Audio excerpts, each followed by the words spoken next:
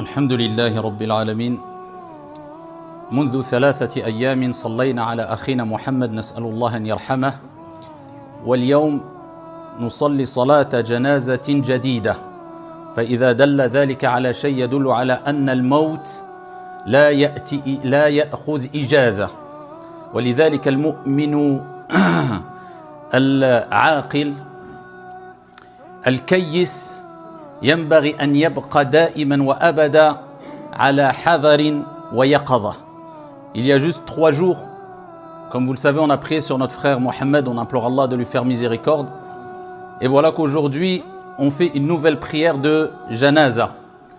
On implore Allah subhanahu wa ta'ala à notre cher père qui est présent ici de lui faire miséricorde et de lui ouvrir les portes du paradis et de lui accorder Al-Firdaus Al-A'la, le plus haut degré du paradis. Et aujourd'hui, on se retrouve à faire une nouvelle prière mortuaire, ce qui nous rappelle que la mort ne prend pas de vacances, ne prend pas de pause. C'est pour cela, comme on l'a dit, on le répète, le croyant intelligent, c'est celui qui est toujours sur ses gardes, prêt à rencontrer son Seigneur et qui a hâte de rencontrer son Seigneur. Et il voit la mort pas comme quelque chose forcément de négatif, parce que toute personne qui a hâte de rencontrer celui qu'on doit aimer le plus, Allah subhanahu wa ta'ala, doit passer par ce passage, Al-Maut. Et ce rassemblement autour de ce défunt et autour des morts nous rappelle en tant que musulmans que Al-Istithmar, Al-Akhawi, Al-Haqiqi, c'est quelque chose d'extrêmement important. L'investissement réel fraternel.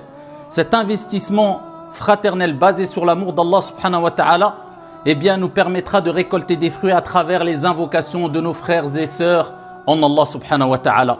C'est pour cela qu'il faut se rappeler que l'invocation pour le défunt est très profitable pour lui. Et seuls les vrais frères en Allah et les vraies sœurs en Allah penseront à toi non seulement lors de ton vivant, mais après ta mort. Et les invocations allègent la souffrance du défunt. Les invocations rafraîchissent la tombe du défunt. Et les invocations apportent apaisement pour le défunt. N'oubliez pas d'invoquer pour toutes celles et ceux que vous avez perdus. Et rappelez-vous que c'est ça la vraie fraternité en Allah subhanahu wa ta'ala.